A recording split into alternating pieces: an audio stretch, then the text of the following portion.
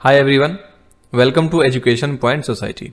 आज चैप्टर 4 पढ़ेंगे structure of the atom. पिछली क्लास में हमने पढ़ा था कि मैटर को तैयार होने के लिए एटम्स एंड मॉलिक्यूल्स की जरूरत होती है। तो ये अलग अलग तरह के जो मैटर हमें दिखते हैं वो अलग अलग एटम्स और मॉलिक्यूल्स की वजह से। तो हमारे मन में क्वेश्चन आता है कि अलग अलग एलिमेंट के अलग अलग एटम्स क्यों होते हैं। और दूसरा क्वेश्चन ये आता है, क्या एटम वास्तव में इंडिविजुअल है, यानी वो अविभाज्य है जैसा कि डाल्टन ने हमें बताया, या फिर एटम्स के अंदर उससे भी छोटा कोई पार्टिकल्स है या कोई घटक है ऐसा। तो इस चैप्टर में हम इसी क्वेश्चन के आंसर फाइंड आउट करेंगे। इस चैप्टर में हम सीखेंगे सब एटॉमिक पार्टिकल्स के बारे में और उसके अलग अलग मॉडल्स के बारे में। जैसा कि साइंटिस्टों को पहले बहुत ज्यादा चैलेंज फेस करना पड़ा 19th सेंचुरी से पहले कि एटम के स्ट्रक्चर को किस तरीके से एक्सप्लेन करें, ठीक है, और उसकी प्रॉपर्टीज को किस तरीके से बताया जाए। तो इसका पता लगाने के लिए अलग अलग तरीके के एक्सपेरिमेंट्स किए गए, जिसका पहला कंक्लूजन निकला कि एटम्स आर नॉट इंडिविजिबल, यानी एटम्स जो है वो अविभाज्य नहीं है, यानी कि वो टूट सकते हैं अभी भी और उसके अंदर और छोटे पार्टिकल्स हैं। ये पता चला कि जब स्टैटिक इलेक्ट्रिसिटी के बारे में स्टडी कर रहे थे कि electrically is conducted by different substance. अब स्टैटिक चार्ज पढ़ने के लिए चार्ज पार्टिकल इन मैटर में हम पढ़ेंगे कि मैटर में जो चार्ज पार्टिकल्स हैं वो किस तरीके से है। समझने के लिए हम एग्जांपल लेंगे। तो पहला एक्टिविटी हम 4.1 में देखेंगे, कॉम ड्राई हेयर। इसका मतलब है क्या कॉम जो है वो पीसेज ऑफ पेपर को अट्रैक्ट कर पाता है या नहीं। तो जब कभी हम कंघी करते हैं अपने बालों में, बाल हमारा अगर सूखा होता है, यानी कि उसमें कोई मॉइस्चर नहीं होता, पानी नहीं होता, तब हम कंघी करते हैं तो कंघी क्या होता है, आवेशित हो जाता है, उसमें चार्ज आ जाते हैं। और फिर उसे हम अगर पेपर के छोटे छोटे पीसेस के पास ले जाएंगे तो वो उस पीस को अपने तरफ अट्रैक्ट करेगा। तो इस एक्टिविटी से हमें क्या मिला, हमने ये देखा कि जब हम दो ऑब्जेक्ट को रब करते हैं एक दूसरे के साथ तो वो इलेक्ट्रिकली चार्ज हो जाता है। अब क्वेश्चन ये आता है कि ये चार्ज आया कहां से, कि जो एटम है वो डिविजिबल है, यानी विभाज्य है, टूट सकता है और उसके पास चार्ज पार्टिकल्स भी हैं। तो कई सारी साइंटिस्ट ने इस चार्ज पार्टिकल को रिवील करने की कोशिश करी है। तो 1900 में एक जे थॉमसन थे, उन्होंने बताया कि जो एटम है वो इंडिविजिबल पार्टिकल ही है, बट एटलीस्ट वन सब एटॉमिक पार्टिकल उसके पास है जिसको इलेक्ट्रॉन नाम दिया गया। पर यहाँ एक ट्विस्ट आया, क्योंकि 1886 में ई गोल्डस्टेन ने डिस्कवर किया new radiations in gas discharge, जिसको उन्होंने नाम दिया canal rays. They are positively charged radiations which ultimately led to the discovery of the another subatomic particle। तो उसी समय दूसरा सबएटॉमिक पार्टिकल भी खोजा गया जिसे हमने प्रोटॉन कहा। इलेक्ट्रॉन हो गया नेगेटिव चार्ज, प्रोटॉन हो गया पॉजिटिव चार्ज। दोनों सबएटॉमिक पार्टिकल एक दूसरे के अपोजिट थे, एक पॉजिटिव चार्ज था, दूसरा नेगेटिव चार्ज था। अब प्रोटॉन का जो मास है वो इलेक्ट्रॉन से अप्रोक्स 2000 टाइम्स कम है, जिसमें इलेक्ट्रॉन को ई नेगेटिव और प्रोटॉन को पी पॉजिटिव दिखाया जाता है, रिप्रेजेंट किया जाता है। वहीं प्रोटॉन के मास को 1 यूनिट माना गया और उसका चार्ज +1 रखा गया, और इलेक्ट्रॉन के मास को नेग्लिजिबल बताया गया और उसका चार्ज -1 रखा गया। तो दोनों प्रोटॉन और इलेक्ट्रॉन जो थे एक दूसरे को बैलेंस करते थे, पॉजिटिव और नेगेटिव चार्ज होके। अब प्रोटॉन जो है वो एटम के अंदर मौजूद होता है, न्यूक्लियस के पास, और इलेक्ट्रॉन उसके चारों तरफ रिवॉल्व करता है। तो इलेक्ट्रॉन को निकालना आसान है एज कंपेयर टू प्रोटॉन, ठीक है। अब नेक्स्ट हमारे मन में एक क्वेश्चन आता है कि ये जो एटम्स हैं इन्होंने किस तरीके का स्ट्रक्चर तैयार किया है, क्योंकि कोई भी मैटर होगा उसका एक स्ट्रक्चर तो होगा, और वो स्ट्रक्चर किस तरीके का होगा, माइंड में ये क्वेश्चन आया। अब इसका आंसर ढूंढते हैं। तो क्वेश्चन है, व्हाट आर कैनल रे। ये एक पॉजिटिव रेडिएशन है जो कि एक गैस डिस्चार्ज ट्यूब में क्रिएट होता है। दूसरा है, if an atom contains 1 electron and 1 proton will it carry any charge और नॉट। तो कोई चार्ज कैरी नहीं होगा क्योंकि एक इलेक्ट्रॉन और एक प्रोटॉन पॉजिटिव और नेगेटिव एक दूसरे को बैलेंस कर देंगे। नेक्स्ट हम बढ़ते हैं the structure of an atom. तो हमने पिछली क्लास में डाल्टन की थ्योरी पढ़ी थी, जिसमें पता चला था कि जो एटम है वो इंडिविजिबल है, बट आगे हमें सब एटॉमिक पार्टिकल्स मिले, इलेक्ट्रॉन और प्रोटॉन, जिसने इस थ्योरी को तोड़ दिया। तो जब डाल्टन एटॉमिक थ्योरी फेल हो गई तो साइंटिस्टों ने जानना चाहा कि इलेक्ट्रॉन और प्रोटॉन किस तरीके से एटम में अरेंज होते हैं, यानी इनका स्ट्रक्चर कैसा होगा, जिस पर साइंटिस्टों ने अपने अलग अलग एटॉमिक मॉडल्स थ्योरी प्रपोज किया, जिसमें पहले थे जे थॉमसन, जिन्होंने पहला थ्योरी प्रपोज किया स्ट्रक्चर ऑफ एन एटम। तो नेक्स्ट देखेंगे Thompson model of an atom, कि थॉमसन का मॉडल किस तरीके का था। तो जे थॉमसन ने एक थ्योरी दी और कहा जिस तरीके से क्रिसमस पुडिंग एक केक की तरह होता है और उसमें कई सारे ड्राई फ्रूट्स अलग अलग तरीके के इंग्रेडिएंट्स होते हैं, उसी तरीके से एक एटम में इलेक्ट्रॉन होता है। अगर हम दूसरा एग्जांपल लें तो एक वाटरमेलन हम ले लेंगे जिसका रेड पार्ट जो है, जितना भी रेड पार्ट खाने वाला है वो पॉजिटिव है और जितना भी उसके अंदर बीज है वो नेगेटिव चार्ज है। इस तरीके से एक एटम फॉर्म हुआ है। जिस तरीके से अगर ये देखें कि ये वाटरमेलन है और ये नेगेटिव चार्ज सारे वाटरमेलन के बीज हैं, तो बीच में जितना सारा कुछ बच जाता है वो खाने वाला रेड पार्ट है जो कि प्रोटॉन है। ये महाशय थे जे थॉमसन। तो जो जे थॉमसन ने कहा कि एक एटम के अंदर जो पॉजिटिव चार्ज है वो एक स्फीयर की तरह होता है और इलेक्ट्रॉन जो है उसमें मौजूद होते हैं। और दूसरी बात उन्होंने बताई कि नेगेटिव और पॉजिटिव चार्ज इक्वल होगा, सो एटम जो है वो इलेक्ट्रिकली न्यूट्रल होगा, उसमें कोई चार्ज नहीं होगा। तो जे थॉमसन ने ये एक्सपेरिमेंट कैथोड रे के साथ किया था। इसी तरीके से बाकी साइंटिस्ट ने भी अपने अपने मॉडल रखे थे, जिसमें सेकंड है Rutherford model of an atom. बाकी साइंटिस्ट की तरह रदरफोर्ड भी जो थे वो भी जानना चाहते थे कि इलेक्ट्रॉन्स किस तरीके से अरेंज होता है एटम में। तो उन्होंने एक एक्सपेरिमेंट किया जिसको कहते हैं गोल्ड फॉयल एक्सपेरिमेंट। तो उन्होंने एक्सपेरिमेंट में क्या किया कि गोल्ड फॉयल का एक जितना पतला हो सके वो लेयर ले लिया जो कि 1000 एटम्स थिक था और उस पे अल्फा पार्टिकल्स यानी डबल चार्ज्ड हीलियम आयंस को बम्बार्डमेंट किया जिसका मास 4 यूनिट था। ठीक है, और ये फास्ट मूविंग अल्फा पार्टिकल्स एक अमाउंट में एनर्जी को भी रिलीज करते हैं। ये एक्सपेक्टेड था कि जो अल्फा पार्टिकल्स है ना वो डिफ्लेक्ट हो जाएंगे सब एटॉमिक पार्टिकल्स से जो कि गोल्ड एटम्स के पास होंगे, कि अल्फा पार्टिकल जो है वो ज्यादा हैवियर निकल गए प्रोटॉन से जो कि ज्यादा डिफ्लेक्ट नहीं हो पाए। ठीक है, अब आपको नेक्स्ट पेज में यहां देखिए कि ये सारे गोल्ड एटम है सर्कल में और इस तरफ से अल्फा पार्टिकल्स आ रहे हैं। बम्बार्डमेंट किए गए तो काफी सारे अल्फा पार्टिकल्स उसको पेनिट्रेट करके आगे निकल गए। ठीक है, लेकिन कुछ पार्टिकल्स जो है डिफ्लेक्ट हो गए, जिसमें कुछ जो है ज्यादा एंगल पर डिफ्लेक्ट हो गया, कुछ कम एंगल पे डिफ्लेक्ट हुआ है। जैसे कि इस रे को देखें तो ये यहां से काफी ज्यादा एंगल पे डिफ्लेक्ट हो गया और इस रे को देखें तो कम एंगल पे डिफ्लेक्ट हुआ है और ये मीडियम में है। बट एक रे ऐसा भी था जो सीधे गया और वापस 180 डिग्री पे वापस लौट गया। ठीक है, जैसा कि आप यहां भी देख सकते हैं कि most of the fast moving alpha particle passed straight through the gold foil, यानी कि वो सीधे पास हो गए, चीरते हुए बाहर निकल गए। और वहीं पे जो कुछ पार्टिकल्स थे वो डिफ्लेक्ट हो गए, कुछ स्मॉल एंगल पे डिफ्लेक्ट हो गए, कुछ ज्यादा ही एंगल पे डिफ्लेक्ट हो गए। पर सरप्राइज वाली बात ये थी कि 12,000 पार्टिकल्स अपीयर्ड थे वहां पे, जिसमें से एक पार्टिकल वापस 180 डिग्री पे वापस आ गया। और रदरफोर्ड का ये वर्ड है कि इस रिजल्ट ने ये एक इनक्रेडिबल काम किया, जैसे मानो कि 15 इंच का सेल को एक पीस ऑफ टिश्यू पेपर पे फायर करो और वह कम बैक हिट होके वापस आ जाए आपके पास। तो इस एक्सपेरिमेंट के इम्प्लीकेशंस क्या थे उसके बारे में हम जानना चाहेंगे। ये है रदरफोर्ड।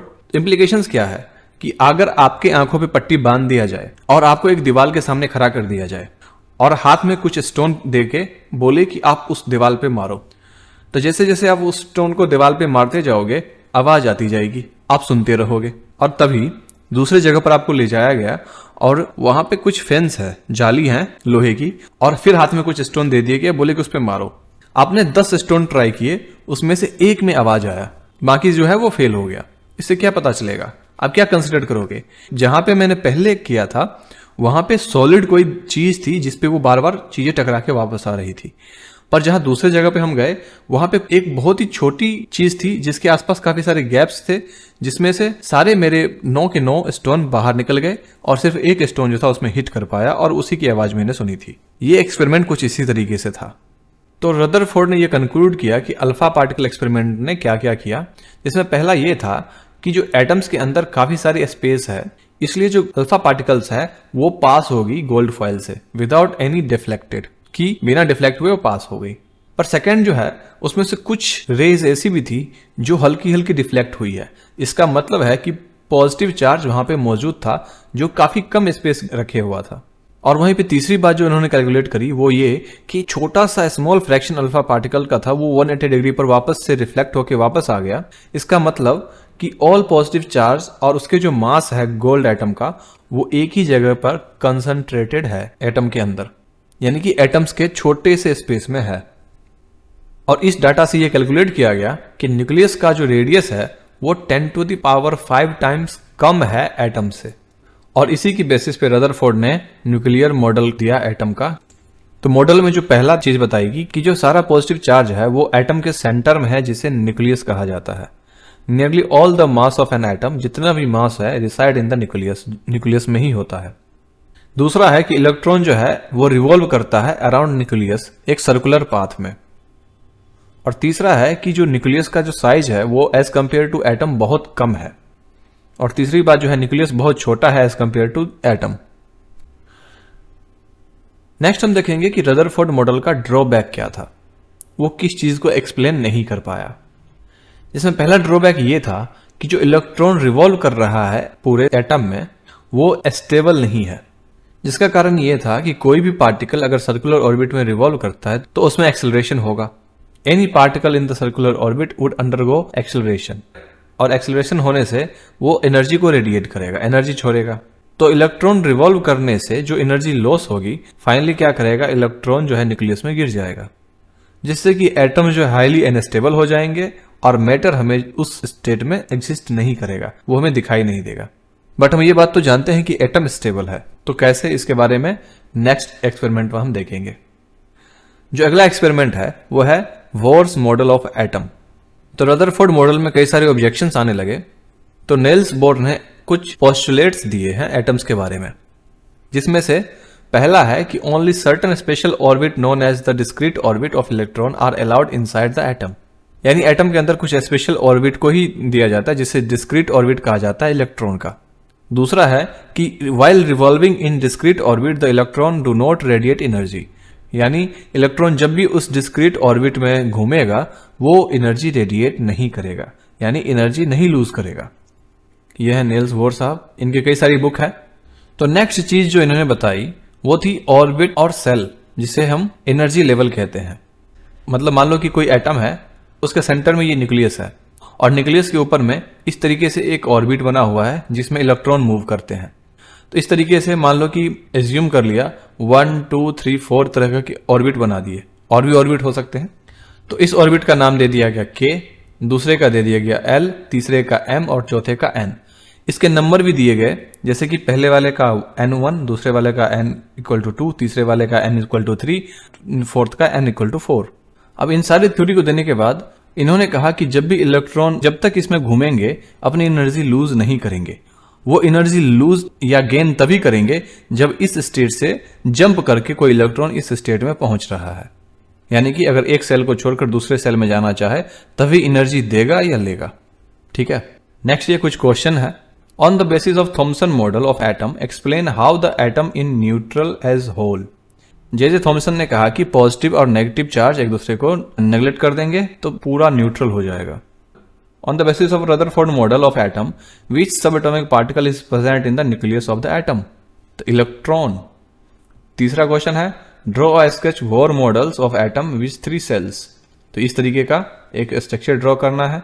और चौथा है what do you think would be the observations if alpha particle scattering experiment is carried out using the foil of metal other than gold. तो ऑब्जर्वेशंस आती जरूर कुछ इसी तरीके की आती है, बट आती तो जरूर यही। नेक्स्ट हम पढ़ेंगे न्यूट्रॉन्स। 1932 में जे चैडविक ने डिस्कवर किया एक दूसरा एटॉमिक पार्टिकल्स जिसके पास चार्ज कोई नहीं था, बट मास जो था नियरली इक्वल टू प्रोटॉन, यानी प्रोटॉन का जितना मास होगा उतना ही न्यूट्रॉन का भी होगा। ठीक है, जब उन्होंने इस सब एटॉमिक पार्टिकल्स को डिस्कवर किया तो पता चला कि इसके ऊपर कोई चार्ज तो है नहीं, बट इसका मास जो है इक्वल टू प्रोटॉन है। जितना प्रोटॉन का मास है उतना ही इसका है, तो उन्होंने इसका नाम रखा neutron. Neutron are present in the nucleus of all atom, सभी एटम में न्यूट्रॉन्स होता है एक्सेप्ट हाइड्रोजन, हाइड्रोजन को छोड़ के। In general a neutron is represent as N, neutron को रिप्रेजेंट किया जाता है एन से, प्रोटॉन को पी से, इलेक्ट्रॉन को ई से। तो चैडविक ने हमें यह भी बताया कि जब हम एटम का मास निकालते हैं तो हम उसमें प्रोटॉन का मास और न्यूट्रॉन का मास मिला दें तो वो टोटल मास ऑफ एटम के बराबर होगा। नेक्स्ट है question name of 3 sub atomic particles of an atom, तो इलेक्ट्रॉन, प्रोटॉन एंड न्यूट्रॉन। दूसरा है helium atom has an atomic mass of 4u and 2 protons and it nucleus, तो how many neutrons does it have. तो अगर helium atom के पास 4 unit उसका मास है और 2 प्रोटॉन्स हैं, इसका मतलब कि उसके पास 2 न्यूट्रॉन भी होगा।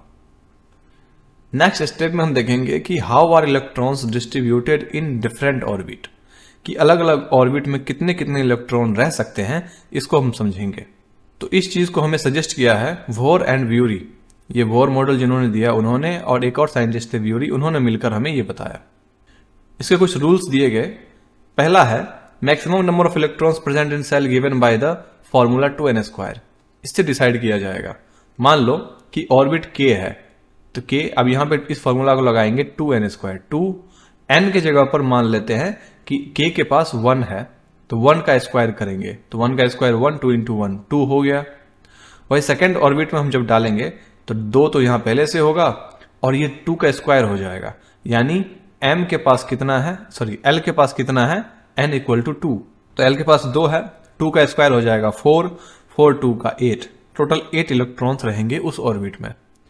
उसी तरीके से जब m का निकालेंगे तो 2 इंटू 3 का स्क्वायर, 3 3 is 9, 2 का 18।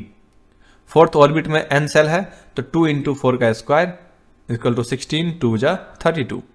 तो इस तरीके से पहले वाले में 2 इलेक्ट्रॉन्स होंगे, दूसरे वाले में 8 होगा, तीसरे वाले में 18 होगा और चौथे वाले में 32 होगा।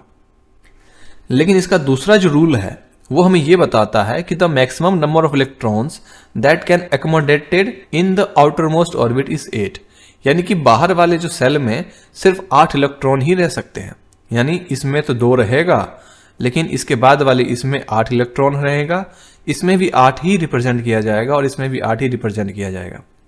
अब अभी हमने देखा कि यहाँ 18 था और यहाँ 32 था, तो अभी 8 ही क्यों बताया जा रहा है? तो जब इलेक्ट्रॉनिक कॉन्फ़िगरेशन होगा तो इसके बारे में आपको अगले क्लास या उससे अगले क्लास में पढ़ाया जाएगा। ठीक है। तीसरा है electron are not accommodated in the given shell unless inner shell are filled in the step wise manner. मतलब कि जब तक अंदर में, यानी कि इस सेल में जब तक पूरे इलेक्ट्रॉन्स नहीं आ जाते तब तक अगले वाले सेल में नहीं जाएगा। मान लीजिए आपके पास 5 इलेक्ट्रॉन्स है, तो अगर आप सोच रहे हो कि इसमें 1 इलेक्ट्रॉन डाल के बाकी इसमें 1 और इसमें 1 और बाकी सब में पूरी डिवाइड कर दे 2 इलेक्ट्रॉन के साथ, तो ऐसा कुछ नहीं होने वाला। पहले आपको पहले वाले ऑर्बिट में 2 इलेक्ट्रॉन्स तो डालने ही पड़ेंगे। जब पहले वाले में 2 इलेक्ट्रॉन हमने डाल दिया तो नेक्स्ट वाले में पार्ट है 8 इलेक्ट्रॉन उसमें आएंगे टोटल, तो बाकी आपके पास बचे 3 इलेक्ट्रॉन्स, तो इस ऑर्बिट में सिर्फ 3 इलेक्ट्रॉन्स ही मूव करेंगे और कुछ नहीं। जिस तरीके से हम देख रहे हैं यहाँ पे, पहला है हाइड्रोजन। तो हाइड्रोजन के पास 1 इलेक्ट्रॉन है जो उसके इसी सेल में रहेगा। वहीं हीलियम के पास 2 है, तो पहले वाले ऑर्बिट में 2 में आ गया। लेकिन वहीं लिथियम के पास 3 इलेक्ट्रॉन है, तो 3 इलेक्ट्रॉन होने से क्या होगा, 2 तो पहले वाले में आ गए, बाकी जो 1 बचा उसके बाहर वाले ऑर्बिट में आ जाएंगे। उसी तरीके से beryllium, boron, carbon, nitrogen, oxygen, fluorine, neon, sodium, magnesium, aluminium, silicon, phosphorus, sulphur, chlorine and argon. पर हम इसके बारे में एक बात कर लेते हैं। पहला कि इस ऑर्बिट की कैपेसिटी है 2 की, तो ये 2 से ज्यादा इलेक्ट्रॉन अपने पास नहीं रखेगा, और इसकी कैपेसिटी है 8 की, तो ये 8 से ज्यादा इलेक्ट्रॉन अपने पास नहीं रखेगा। लेकिन अगर हम बात करें तीसरी ऑर्बिट की, उसकी कैपेसिटी है 18 इलेक्ट्रॉन की, बट वो भी सिर्फ 8 इलेक्ट्रॉन ही अपने पास रखेगा। ये इलेक्ट्रॉनिक कॉन्फ़िगरेशन में बताया जाएगा आपको अगले क्लास में, ये क्यों 8 ही रखेगा, उससे ज्यादा क्यों नहीं रख पाएगा। तो ये कुछ पहले 18 एलिमेंट ऐसे हैं जिसका आपका कॉन्फ़िगरेशन दिखाया गया कि कौन कौन सेल में कितने इलेक्ट्रॉन मौजूद होंगे। अब क्वेश्चन आता है, right a distribution of electron in carbon and sodium atom. तो कार्बन एंड सोडियम एटम का देखो, कार्बन का ये है, कार्बन के पास 6 इलेक्ट्रॉन्स होते हैं, 2 इसमें रह जाएगा और 4 बाहर वाले में। सेकेंड है, if K and L shell of an atom are full then what would be the total number of electrons in the atom. अगर K यानी पहला वाला और L दूसरा वाला टोटल फिल हो जाए तो वो कौन सा एटम होगा। तो इस तरीके से हम देखिए, तो 8 और 2 10, टोटल 10 इलेक्ट्रॉन होने चाहिए उस एटम के पास। तो ऐसा कौन सा होगा एटम, तो हम गिनती करते हैं 10 इलेक्ट्रॉन वाले। हाइड्रोजन के पास 1, हीलियम के पास 2, लिथियम के पास 3, बेरिलियम के पास 4, बोरोन के पास 5, कार्बन के पास 6, नाइट्रोजन के पास 7, ऑक्सीजन के पास 8, फ्लोरीन के पास 9 और नियोन के पास 10। तो नियोन वो एलिमेंट है जिसके पास 10 इलेक्ट्रॉन है। नेक्स्ट हम पढ़ेंगे वैलेंसी। ये वैलेंसी क्या होता है, तो हमने पढ़ा कि जो इलेक्ट्रॉन है वो अलग अलग सेल में अरेंज होता है। तो यहां वैलेंसी हम उसे कहेंगे जब कोई इलेक्ट्रॉन आउटर मोस्ट ऑर्बिट में बच जाए उसे कहेंगे valency electron.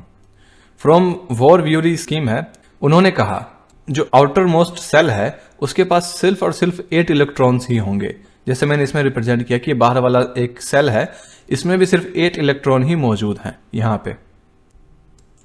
It was observed, ये देखा गया है कि एटम ऑफ एलिमेंट अगर वो कंप्लीटली फिल्ड हो जाए 8 इलेक्ट्रॉन से, आउटर मोस्ट सेल भी, तो वो केमिकल एक्टिविटी कुछ दिखाएगा। दूसरे शब्दों में कहे कि the combining capacity of valency is 0। जब उसकी वैलेंसी 0 हो जाएगी तो जो इनर्ट एलिमेंट हीलियम है, atom haves 2 electrons, the outermost shell, and other elements have atoms with 8 electrons of outermost shell. यानी अब इसको मैं समझाता हूं। कहा गया कि अगर जैसे हाइड्रोजन के पास सिर्फ एक एटॉमिक नंबर है तो प्रोटॉन्स भी एक ही है, न्यूट्रॉन्स इसके पास है नहीं, इलेक्ट्रॉन्स भी एक ही है। के सेल के साथ है, इसकी वैलेंसी 1 मानी गई। बट वहीं पे हीलियम है, एक इनर्ट एलिमेंट है जिसके पास 2 एटॉमिक नंबर है। एक अकेला यही एलिमेंट है जिसका सिर्फ और सिर्फ आउटर मोस्ट ऑर्बिट में 2 ही इलेक्ट्रॉन्स हैं। बाकी जितने भी एलिमेंट है सबका नेक्स्ट ऑर्बिट में इलेक्ट्रॉन जाता है जिसमें 8 इलेक्ट्रॉन्स होते हैं। अब समझाने के लिए कहा जाए तो हीलियम का भी मैंने बताया कि ये रहा हीलियम, अब इसके पास 2 ही इलेक्ट्रॉन है तो इसी ऑर्बिट में कंप्लीट होके रह जाता है। पर बाकी इसके बाद के जितने भी एलिमेंट है सब में देखो कि उसके बाद का ही ऑर्बिट है जिसमें 8 इलेक्ट्रॉन्स आते हैं। बट लिथियम का 3 है तो के सेल में 2 इलेक्ट्रॉन रह गया और एल में 1 ही रह गया। अब हम वैलेंसी के नेक्स्ट स्टेप के बारे में पढ़ेंगे, ये किस तरीके से अरेंज होता है। अब यहां पर हम देखें तो इसके पास सिर्फ एक पेयर ऑफ इलेक्ट्रॉन्स था तो वो भी के सेल में रह गया। तो आउटर मोस्ट सेल में सिर्फ 1 इलेक्ट्रॉन है तो इसकी वैलेंसी 1 मानी गई। बट यहाँ पे 2 है तो यहाँ वैलेंसी 0 हो गई। ये क्यों हो गई कि जो के वाला सेल है इसमें सिर्फ 2 इलेक्ट्रॉन्स आ सकते हैं और इसको फुलफिल कौन कर रहा है? हीलियम पूरी तरीके से फुलफिल कर रहा है। कह रहा है कि मेरे पास 2 ही इलेक्ट्रॉन्स है, मैं तुम्हारे भूख को मिटा दे रहा हूं। तो यहाँ पे 0 आ गया। वही नेक्स्ट लिथियम में देखें तो इसके पास 3 इलेक्ट्रॉन्स हैं तो ये कह रहा है कि मैं के को 2 दे दूंगा, उससे उसका भूख मिट जाएगा, बट एल को मैं 1 दे दूंगा। देन इसकी वैलेंसी 1 हो गई। यानी कि आउटर मोस्ट ऑर्बिट में जितना इलेक्ट्रॉन बच जाएगा वो उसकी वैलेंसी होगी। बट वही हम नेक्स्ट देखें 2 का 2, 3 का 3 और 4 का 4 रहा, पर जैसे ही 5 पे आया तो यहां 3 हो गया। ऐसा क्यों? तो टोटल कैपेसिटी कितनी थी एल वाले की? 8 इलेक्ट्रॉन्स खाने की, तो उसके पास 5 इलेक्ट्रॉन्स मिल गए। बचा कितना? 3 इलेक्ट्रॉन्स। यानी कि इसके पास 5 की वैल्यू है। 3 इलेक्ट्रॉन्स अगर किसी के पास फ्री होंगे तो वो लेकर के एक दूसरा मॉलिक्यूल के साथ कंबाइन हो जाएगा, केमिकल रिएक्शन कर लेगा। ठीक है। और जिनके पास, अब देखो यहां पे 4 तक है, जिनके पास ये वैल्यू है 4, 3, 2, 1, ये वो एलिमेंट्स हैं जो अपना इलेक्ट्रॉन किसी दूसरे एलिमेंट को दे करके केमिकल रिएक्शन कर लेगा। और जहां 0 हो गया वो कंप्लीटली उसकी वैलेंसी 0 है, यानी वो कोई गैस नहीं बनाएगा, वो इनर्ट गैस में आ जाएगा। ओके। तो जिस तरीके से मैंने बताया कि वैलेंसी उसे कहते हैं जब किसी बाहर वाले सेल के पास कोई इलेक्ट्रॉन बचा रह जाए, उसे हम कहते हैं वैलेंसी। नेक्स्ट हम देखते हैं ऑक्टेट के बारे में। ऑक्टेट का मतलब क्या है कि जैसा मैंने कहा कि आउटर मोस्ट ऑर्बिट में सिर्फ 8 इलेक्ट्रॉन्स ही रहेंगे। जैसे कि m की कैपेसिटी है 18 इलेक्ट्रॉन की, बट वो ले सकता है सिर्फ 8 इलेक्ट्रॉन्स, उसे क्यों कहते हैं ऑक्टेट। अब जैसा कि मैं बता रहा हूं एग्जांपल में देखो कि हाइड्रोजन, लिथियम, सोडियम एटम्स जो के पास एक ही इलेक्ट्रॉन बचता है आउटर मोस्ट सेल में, इसलिए वो क्या करेंगे, therefore each one of them can lose 1 electron, यानी ये अपना एक इलेक्ट्रॉन किसी को देकर एक नया मॉलिक्यूल बना सकते हैं। So they are said have valency of 1, तो इसको कहेंगे 1 वैलेंसी वाला एलिमेंट। अब जैसा कि मैंने बताया, अब यहां पे क्या कह रहा है, if the number of electrons in the outermost cell of an atom is close to its full capacity then valency determine in the different way. यानी अगर उसका फुल हो गया, मान लो कि यहां पे फ्लोरीन, इसके पास एल वाले में 7 इलेक्ट्रॉन इसने डाल दिए, तो इसका जो वैलेंसी है वो 1 है। 1 होने का मतलब है कि एग्जाम्पल में fluorine atom has 7 electrons in the outermost shell, outermost shell में 7 इलेक्ट्रॉन्स हैं उसके पास, and its valency could be 7, but it is easier for the fluorine to gain 1 electron instead of losing 7 electrons. तो कोई क्या सोचेगा कि 7 इलेक्ट्रॉन देने से जितनी एनर्जी खर्च होगी, इसका मतलब है कि मैं 1 इलेक्ट्रॉन ले लूं, Hence, its valency determines the subtracting 7 electrons from the octet. यानी 8 में से 7 इलेक्ट्रॉन को माइनस कर देंगे, उसके पास जो बचेगा 1 इलेक्ट्रॉन, वही उसकी वैलेंसी होगी। अब ये ऑक्सीजन के पास टोटल 8 एटॉमिक नंबर है और इलेक्ट्रॉन्स टोटल इसके पास कितने हैं? 8। तो 2 इसमें रहेगा, 6 इसमें रहेगा, तो 8 में से 6 गया, टोटल 2। अब ये किसी के साथ कंबाइन करेगा, इससे हाइड्रोजन के साथ करता है। ऑक्सीजन वाटर बनाने के लिए 2 हाइड्रोजन मिल करके एक ऑक्सीजन के साथ रिएक्ट करता है, तब जाके वाटर फॉर्म हो जाता है। नेक्स्ट है atomic number and mass number. पहले हम देखेंगे एटॉमिक नंबर। तो हम सभी जानते हैं कि एक एटम में प्रोटॉन जो है वो मौजूद होता है, और प्रोटॉन जितना होगा वो उसका एटॉमिक नंबर कहलाया जाएगा। इसको डिनोट किया जाता है जेड से। जितने भी एलिमेंट है उसका जो एटम्स है उसका कोई ना कोई एटॉमिक नंबर है जिसको जेड से रिप्रेजेंट किया जाता है।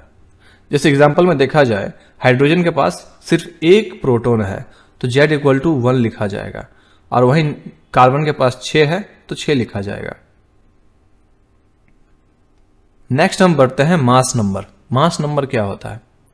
हमने सब एटॉमिक पार्टिकल्स के प्रॉपर्टीज पढ़े, जिसमें पता चला कि मास ऑफ एटम जो है ये प्रोटॉन और न्यूट्रॉन से ही पता चलता है।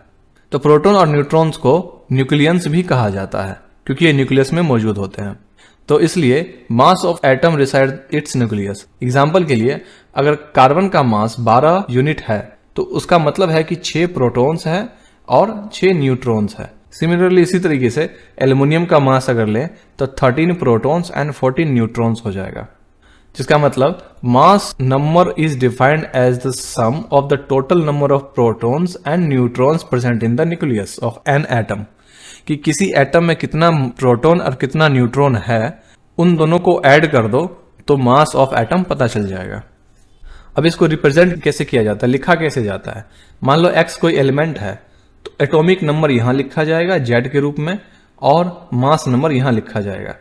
अब एटॉमिक नंबर और मास नंबर दे दिया गया है तो एटॉमिक नंबर में पता चल जाता है कि प्रोटॉन कितना है, और मास नंबर इलेक्ट्रॉन और प्रोटॉन दोनों उसमें मौजूद होते हैं। तो मास नंबर में अगर हम प्रोटॉन को माइनस करेंगे तो जितना बचेगा उतना हमें न्यूट्रॉन्स पता चल जाएगा उस एलिमेंट का। अब नेक्स्ट है questions. If number of electrons in an atom is 8, अगर किसी एटम का इलेक्ट्रॉन 8 है और प्रोटॉन भी 8 है तो उसका एटॉमिक नंबर कितना होगा और उस एटम पे चार्ज क्या होगा? किसी एटम में प्रोटॉन्स 8 है देन इसका एटॉमिक नंबर 8 होगा, और अगर इलेक्ट्रॉन 8 है प्रोटॉन भी 8 है तो उस पर कोई चार्ज नहीं होगा। नेक्स्ट है आइसोटॉप्स।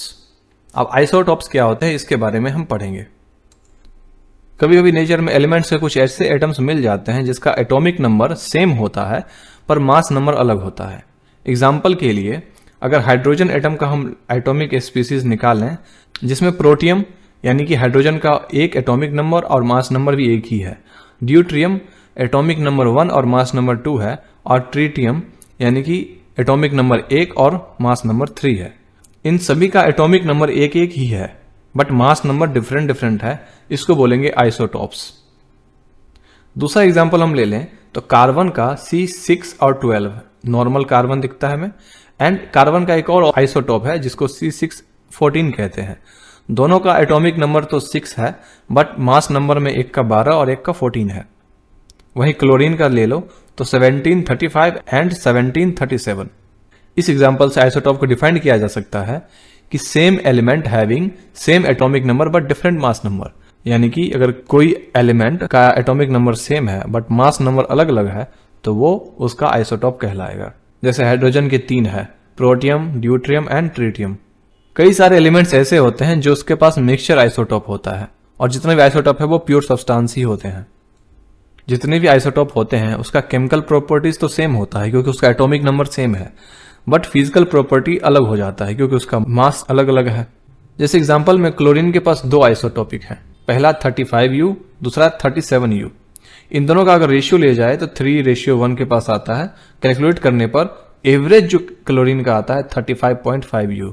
जो पिछले क्लास में हमने एटॉमिक मास देखा था उसमें 35.5U हम लेते थे। किसी भी एलिमेंट के एटम का अगर हम मास ले रहे हैं और अगर उसके कई सारे आइसोटॉप मौजूद हैं तो उसका हम एवरेज निकाल करके तब का हम मास लेते हैं। बट अगर किसी एलिमेंट का आइसोटोप नहीं है देन उसका मास ऑफ एटम वही होगा प्रोटॉन्स एंड न्यूट्रॉन्स को ऐड करके। कुछ एलिमेंट के आइसोटोप की केमिकल प्रॉपर्टीज सेम होती है जिसे हम लेने में कभी हिचकिचाते नहीं है, बट कुछ कुछ आइसोटोप की केमिकल प्रॉपर्टीज स्पेशल होती है जिसका यूज होता है अलग अलग फील्ड में। जिसमें पहला है कि न्यूक्लियर रिएक्टर को चलाने के लिए यूरेनियम के आइसोटोप का यूज होता है, कैंसर ट्रीटमेंट के लिए कोबाल्ट के आइसोटोप का यूज होता है, और गाइटर जैसे रोग को ट्रीटमेंट के लिए आयोडीन के आइसोटोप की जरूरत होती है। गाइटर का मतलब गले का फूल जाना, इसको बोलते हैं घेंघा रोग। नेक्स्ट हम पढ़ेंगे आइसोबार्स। आइसोबार्स क्या होता है? मान लो कि दो एलिमेंट है, पहला कैल्शियम जिसका एटॉमिक नंबर 20 है, दूसरा है ऑर्गन जिसका एटॉमिक नंबर 18 है। बट इन दोनों का एटॉमिक नंबर तो अलग अलग है, बट मास नंबर दोनों का 40 है, यानी कि सेम है। तो जिस एलिमेंट का एटॉमिक नंबर अलग हो बट मास नंबर सेम हो उसको वो कहते हैं आइसोबार्स। इसका अगर डेफिनेशन देखा जाए तो atom of different element with different atomic numbers which have the same mass number are known as isobars. अलग अलग एलिमेंट के अलग अलग एटॉमिक नंबर होने के बावजूद अगर मास नंबर सेम हो जाए तो उसको बोलेंगे आइसोबार्स। तो आज के लिए बस इतना ही। आशा करता हूं कि आपको वीडियो पसंद आई होगी। मिलते हैं नेक्स्ट वीडियो में, तब तक के लिए धन्यवाद।